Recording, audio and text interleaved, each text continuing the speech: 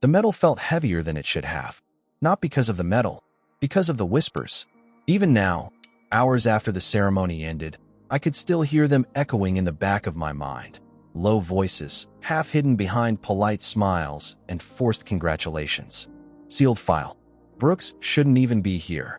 After what happened on Halcyon. They never finished the sentence. They never do. I stood alone in Hangar Bay 3, staring at a shuttle that wasn't supposed to be there. No clearance. No escort. Just a quiet, unauthorized landing like it owned the place.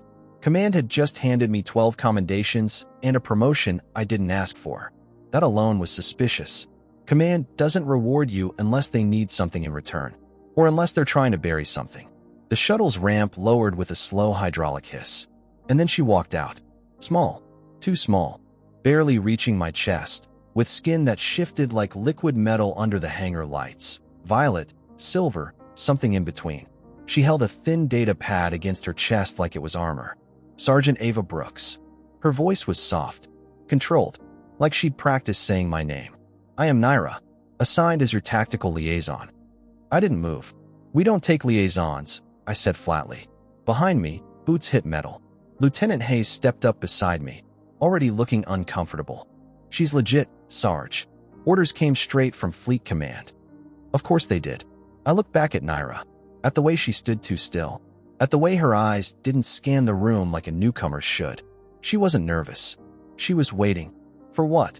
I asked. Nyra tilted her head slightly. For you to remember.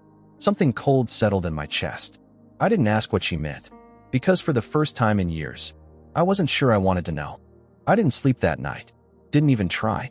Instead, I sat in the dim corner of the briefing room, watching Nyra through the glass as techs ran her through standard intake scans. She didn't fidget, didn't shift, just stood there, calm, precise, answering questions in that same measured tone, like she already knew how all of this would go. That bothered me more than anything. By morning, I made up my mind. She wasn't coming with us. Absolutely not.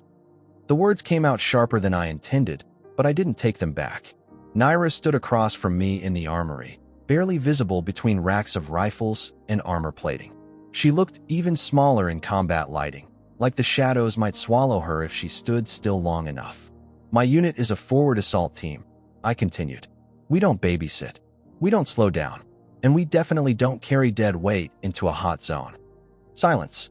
Then, calmly, I am not dead weight. I let out a short breath. You're 4 feet tall and can barely lift a standard rifle. I am aware. That's not reassuring. Behind me, Hayes shifted uncomfortably, pretending to check a weapon that didn't need checking. He knew better than to step in. Nyra didn't move, didn't raise her voice. I have studied your unit's operations, she said. 23 deployments. 0 full unit losses. You adapt faster than projected models. You prioritize survivability over aggression when variables exceed expected thresholds. I frowned. That information isn't public. No, she said quietly. It isn't. Something in my chest tightened. I stepped closer, lowering my voice. Who gave you access to that? Nyra met my gaze without hesitation. You did. The words landed wrong. Cold. Precise. I stared at her. That doesn't make any sense. It will. I felt it then, that same feeling from the hangar. Like I was standing on the edge of something I couldn't see yet, but already knew was there. I turned away before it could show on my face. Doesn't matter, I said. You're not coming. I am already assigned. Then I'll have you reassigned. You won't. That made me stop. I turned back slowly. You're very confident for someone who just got here. I am confident because I know how this unfolds. A pause. You let me stay? I narrowed my eyes. You don't know me. No, she said softly. But I know what you carry. That did it. I stepped in close enough that she had to tilt her head up to look at me. You don't know anything about me, I said, low and controlled. You don't know what I've seen. You don't know what I've had to decide. And you definitely don't get to walk in here and pretend you understand it. For the first time, something flickered across her face. Not fear. Not hesitation. Recognition. I know about Halcyon, she said. Everything went still. Hayes stopped moving behind me. The room felt smaller. Tighter. That file is sealed, I said. Yes. Then you shouldn't even know the name. I shouldn't. I held her gaze, searching for something. Anything that would tell me this was a bluff. There was nothing. Just that same quiet certainty. What do you think you know? I asked. Nyra didn't answer right away. Instead, she stepped closer, just one small step, and lowered her voice. I know you made a decision that saved hundreds of lives, she said, and cost others. My jaw tightened. That's war. Yes. Another pause. But you remember their faces. I didn't respond. Didn't need to. She saw it anyway. That is why I am here, Nyra continued. Not to slow you down. Not to be protected. Then what? Her eyes didn't leave mine. To make sure you don't make the same choice again. Something sharp twisted in my chest. Anger. Maybe. Or something worse. You think I regret it? I think, she said carefully, that you never stopped paying for it. Silence stretched between us. Heavy. Uncomfortable. Real. I exhaled slowly and stepped back. Get geared, I said finally. Hayes blinked. Wait, you're... She stays. I cut him off. For now. Nyra didn't react. Didn't smile. Didn't nod. Like she already knew. Drills in 20, I added. You fall behind, you're gone. No second chances. I understand. I turned away, grabbing my rifle from the rack. But as I checked the chamber, something kept echoing in my head. You let me stay? Not hope. Not a guess. A certainty. And I hated that part of me already believed her. If you've watched this far, then this story is really interesting to you. Please confirm it by clicking like under this video. It doesn't cost you anything, but it will help me understand what story to publish for you next. Let's move on. The colony didn't have a name anymore. Just a designation stamped across tactical maps like a grave marker. Sector D19. Whatever it had been before, homes, streets, lives, was gone. The surface was fractured into blackened plates. Entire districts collapsed into themselves like something had crushed them from above. Smoke still rose in thin, stubborn lines, even days after orbital fire had stopped. This was where command sent units they didn't expect back, which meant this was where we belonged. Movement, East Ridge, Hayes called over comms. I see it. I replied, already raising my rifle. Hold fire. The squad froze in place, each of them tucked behind broken concrete and twisted metal. We were halfway through a sweep when the motion sensors had flickered, too briefly, too inconsistently. Normal scanners would have missed it. Nyra didn't. Not east, she said quietly beside me. I didn't look at her. We've got visual confirmation. No, she said again. That was a diversion. I exhaled slowly, fighting the instinct to snap at her. Explain. Her eyes were fixed somewhere ahead, unfocused, not scanning the terrain, but listening to something deeper. Primary movement is below us, she said. 3 units. Moving in a curved pattern, preparing to flank. Hayes cursed under his breath. That's not possible. Ground scans are clear. They're wrong. The certainty in her voice cut through the tension. I hesitated, just for a second. Then, all units, reposition, I ordered. Defensive arc, low perimeter. Watch the ground. There was a beat of confusion. Then they moved. 5 seconds later, the ground split open. The first creature tore through the surface in a spray of debris and blackened soil. Too fast, too sudden. If we'd stayed in formation, it would have hit us from behind. Instead, it came straight into a wall of fire. Contact, Hayes shouted. Engage. The air filled with gunfire, sharp and controlled. The second and third creatures followed, but this time we were ready. They didn't last long. Silence returned just as quickly. I lowered my rifle slowly. Then I looked at Nyra. She hadn't fired a single shot, hadn't moved, just stood there, breathing steady, like she'd already known exactly how it would end. You got lucky, I said. No, she replied calmly. You listened. That irritated me more than it should have. We moved on. The deeper we pushed into Sector D19, the worse it got. Collapsed transit tunnels. Burned out vehicles fused into the streets. Entire sections of the colony warped like something had grown through them from the inside. And through all of it, Nyra kept doing it. Small corrections. Quiet warnings. 2 hostiles behind that structure. They'll breach from the left corridor. Wait. Every time I followed her call, it saved us seconds. Sometimes lives. By the second day, the squad had stopped questioning it. By the third, they were watching her. Not like a liability. Like an asset. I didn't like that. Because the more I saw, the less it felt like instinct. And the more it felt like memory. You're not just predicting, I said that night, when we finally stopped to regroup inside a shattered command outpost. You're reacting. Nyra sat across from me, her back against a cracked wall, her data pad resting and used in her lap. I am processing available data, she said. Don't give me that. Silence. Then, you're recognizing patterns, I continued. Before they happen. A pause. Yes. My eyes narrowed. From where? She didn't answer right away. Instead, her gaze shifted slightly to the left side of the room, to a collapsed doorway. My chest tightened, because I knew that doorway, or something like it. Narrow entry point. Structural weakness above. Limited visibility. A choke point. I'd seen it before. Felt it. The same pressure in my chest. The same instinct to pull everyone back. Don't go through there, Nyra said quietly. My head snapped toward her. What? Tomorrow, she said. You'll be ordered to clear a structure like this. Narrow entrance. Weak overhead support. I stared at her. How would you? You'll lose 2 people if you follow standard entry. The room felt colder. Stop, I said. But she didn't. You'll hesitate, Nyra continued softly. Because something will feel wrong. But you'll go anyway. Because that's the mission. My pulse was rising now. Enough. You'll make the same choice. I stood up sharply. That's enough. The squad went quiet around us. Nyra didn't flinch. Just looked at me.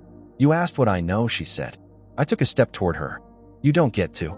This already happened. The words hit harder than anything else she'd said.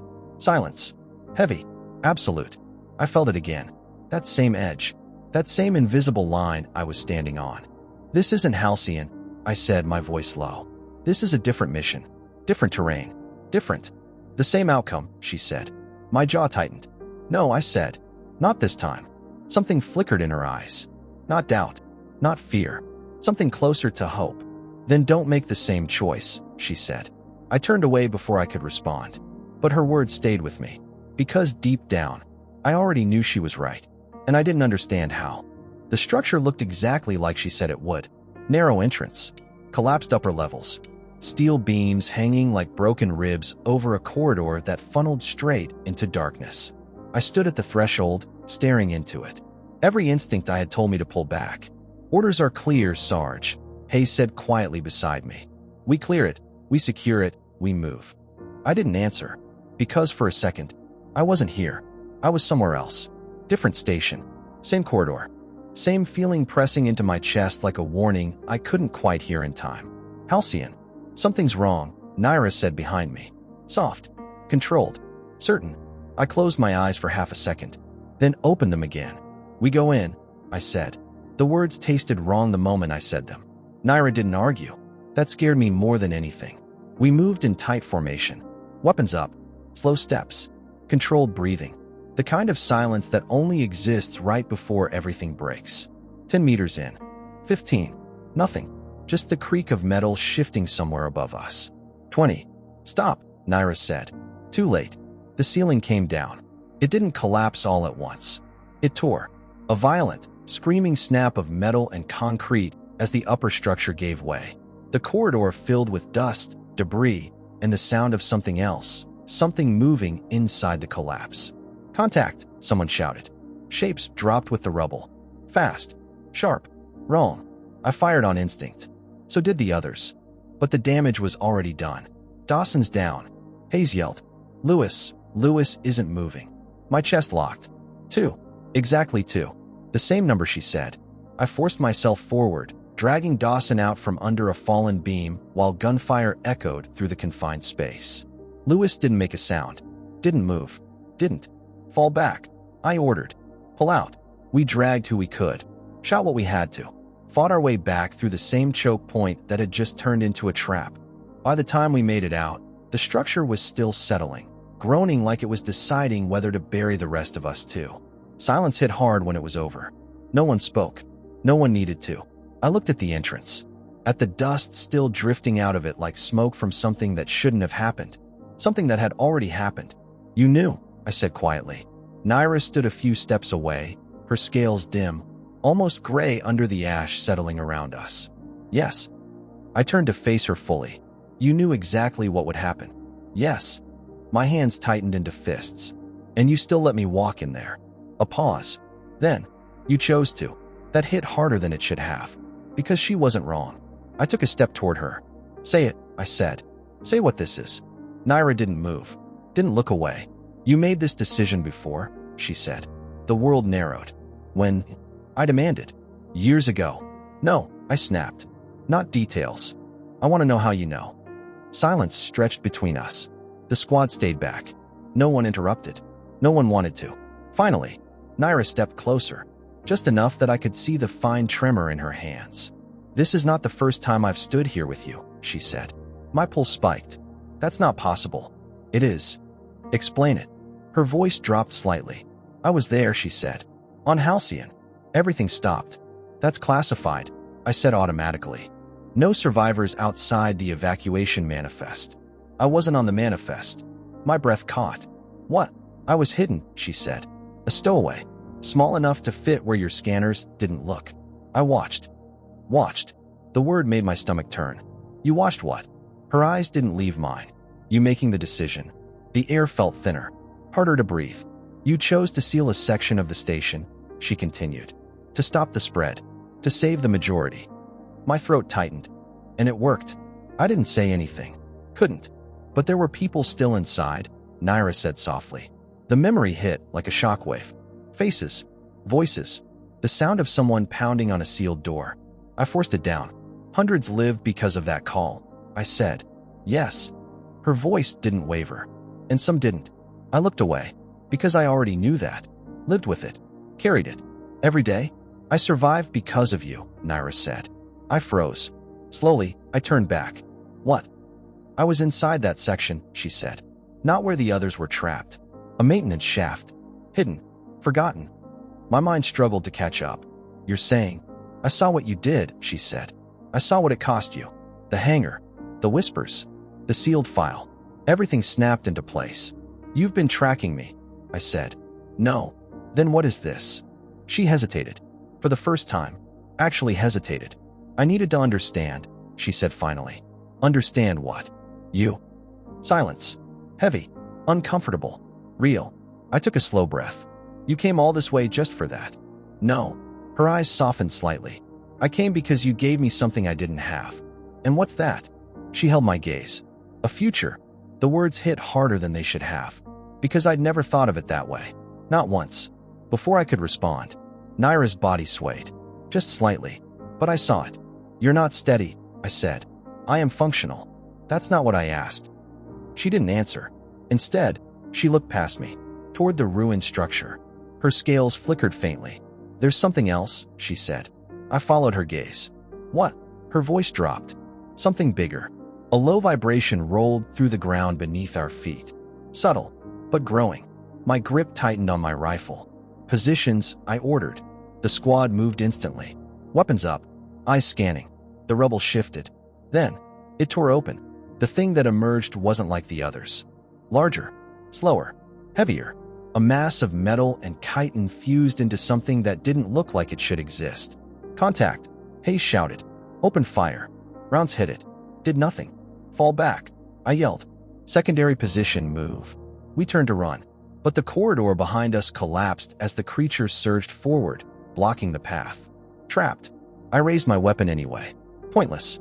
But automatic. 30 seconds. Maybe less. Sarge, Hayes started. I knew. We all did. This was it. The kind of situation command pretended wasn't a suicide mission. The kind where you don't come back. Nyra stepped forward. Before I could stop her. No, I snapped. Get back. She didn't. Instead, she pressed something into my hand. Small. Cold. A disc. When I tell you, she said, her voice steady despite the tremor running through her body. You throw this. What is it? A disruption beacon. Will it stop that thing? I don't know. Not reassuring. Then why? Because it's the only chance we have. The creature moved closer, each step shaking the ground. Nyra, when I say now, she repeated.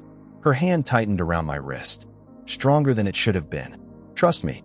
I looked at her, at the way she stood, not afraid, not hesitant, certain, like she'd already seen how this ended. And for the first time, I didn't question it. The creature lunged. Now, Nyra shouted. I threw the disc, and everything went white. The noise didn't just hit my ears. It went through me, like something reached inside my skull and tore across every nerve at once. The world dissolved into a white scream. Sound, light, pressure, all of it collapsing into something my brain couldn't process. I dropped to my knees without realizing it. Hands clamped over my head. Couldn't think. Couldn't breathe. Somewhere beside me, I felt movement. Nyra pulling me down, forcing my head toward the ground, her body shielding mine. Then, silence. Not real silence. The kind that comes after something too loud to survive. I forced my eyes open. Slowly, everything was blurred. Colors smeared together. My ears rang like something inside them had shattered. But the creature wasn't moving. It lay twisted against the broken structure, its massive frame jerking in uneven spasms, metal grinding against itself like it didn't know how to function anymore. Then it went still. I pushed myself up, every muscle protesting. What was that? My voice barely worked. Interference, Nyra said. I turned. She was standing. Barely. Her posture was off, too rigid, too forced. Her scales had gone almost completely pale, flickering weakly like something inside her was struggling to stay stable. You okay? I asked. I am operational. That wasn't an answer. I stepped closer. Nyra. She swayed. Just a fraction. But this time she didn't recover immediately. I caught her before she hit the ground. She was lighter than I expected. Too light. You're not fine, I said. It was within acceptable parameters. Her voice wasn't steady anymore. There was a delay in it. A lag. You're lying. A faint flicker of something passed across her face. Partially, she admitted. I tightened my grip on her arm. What did that thing do to you? It amplified the signal, she said. The device interacts with neural structures. Mine included. Meaning? A pause. Then, it causes damage. My jaw tightened. How much? I do not have a precise measurement. That's not good enough. It is sufficient. No, it's not. She looked at me then. Really looked. And for a moment, I saw it. Not the calm, controlled version of her. Something else. Strain. Pain. And underneath it, relief. We are alive, she said quietly. That stopped me. Because she wasn't wrong. We should have been dead. All of us. I exhaled slowly, forcing the tension out of my chest. Yeah, I said. We are. Behind us. Hayes moved in, scanning the remains of the creature. It's down, he confirmed. For now, at least. Then we move, I said, before something else shows up. The squad regrouped quickly. No one questioned it. No one mentioned how close that had been. Because we all knew. We didn't need to say it. I kept one hand on Nyra as we moved. Not because she asked. Because I could feel the instability in her steps. She didn't pull away. Didn't comment. Just adjusted her pace to match mine. We didn't get far before I stopped. Wait. The squad froze instantly. What is it? Hayes asked. I didn't answer. Because something felt wrong. Not danger. Not immediate threat. Something else. I looked at Nyra. She was already watching me. You feel it, she said. Not a question. I frowned. Feel what? She hesitated. Then, the same thing, she said quietly. As before. My chest tightened. Before. Halcyon. I shook my head. No. This is different. Is it? Her voice wasn't challenging. Just certain. I didn't respond. Because I wasn't sure anymore. We moved again. Slower this time. More cautious. But the feeling didn't go away. It stayed with me. Like a memory I couldn't quite place. Like something I'd already lived through. By the time we reached the extraction zone, the sky above the ruined colony had shifted to that dim, gray tone that always came before orbital strikes resumed. We had maybe an hour. If we were lucky. Perimeter, I ordered. Set it. The squad spread out, securing the area. Hayes moved to comms, trying to re-establish contact with command. I stayed where I was, watching Nyra. She stood near the edge of the zone, her gaze fixed somewhere distant. Not scanning, not analyzing, just looking. What is it? I asked, stepping up beside her. She didn't answer right away. Instead, she said, "This is where it changes." A cold weight settled in my chest. What does that mean? Her scales flickered faintly. Before, she said, "This is where you lost control." My jaw tightened. I don't lose control. You did. I turned toward her. When she met my gaze. After you were wounded. The words hit harder than they should have. Wounded. I repeated. She nodded slightly. From behind, she said. A close-range strike. You didn't see it coming. I felt something shift inside me. A memory trying to surface. Something buried. You're saying that's going to happen here? I asked. Yes. When She didn't answer immediately. Then, soon, I exhaled slowly, forcing my thoughts into focus. Then we adjust, I said. We change the outcome. Her eyes didn't leave mine. That is what I am hoping. Not expecting. Hoping. That difference mattered. Before I could say anything else. Contact, Hayes shouted. I turned instantly. Movement at the far edge of the zone. Fast. Low. Engage. Gunfire erupted. The squad moved as one, cutting down the first wave before it could close the distance. But more followed. From every direction. They're pushing hard. Hayes called out. This isn't a probing attack. I see that. I fired, dropping another target as it broke through the line. Hold position. I ordered. We don't. Something hit me. Hard. From behind. I didn't see it. Didn't hear it. Just impact. Pain exploded through my side as something punched through my armor, driving the air out of my lungs in a single, brutal second. I hit the ground. Everything tilted. Sound warped. Ava, Hayes shouted. I tried to move. Couldn't. My body wasn't responding right. Blood filled my mouth. Warm. Too much. And through the haze, I saw her, Nyra, running toward me, her scales flaring bright. Not with fear, with certainty, like she'd known this moment was coming, like she'd been waiting for it. And for the first time, I understood. This wasn't about stopping it. This was about what came after. Darkness closed in around the edges of my vision. The last thing I saw was her reaching me and refusing to let go.